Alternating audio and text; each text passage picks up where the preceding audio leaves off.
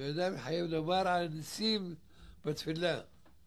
אחרי שאומר מודים אנחנו לך, אומר ועל ניסים ועל הפורקן. על ניסיך שבכל עמנו, על נפלאותיך ועל טובותיך, ועל הניסים ועל הפורקן. הכל שייך למודים לנו לך. אבל זה לא מעכב. אם אדם שכח, לא אמר הניסים. ואמר ברוך אתה השם, אתה שמך וחנה להודות. כמו שאמר שם שמיים, לא חוזר. ממשיך הלאה.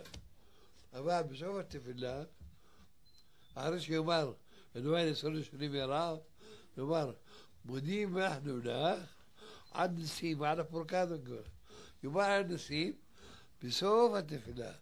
בסוף התפילה, אבל אומר לפני זה, מודים אנחנו לך. מתחיל על הניסים, ויש עליהם.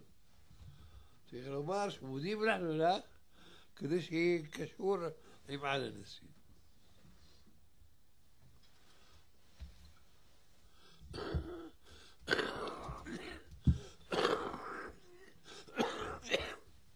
אם נזכר, לפני שיאמר שם שמיים, אמר, ועכו נא יתברך ויתרומם, כן?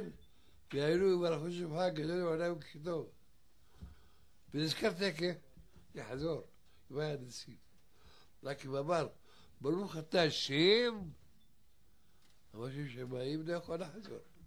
נמשיך את התפילה, ויאמר הניסים, סוף התפילה, יאמר מודים אנחנו לך, לפני כן.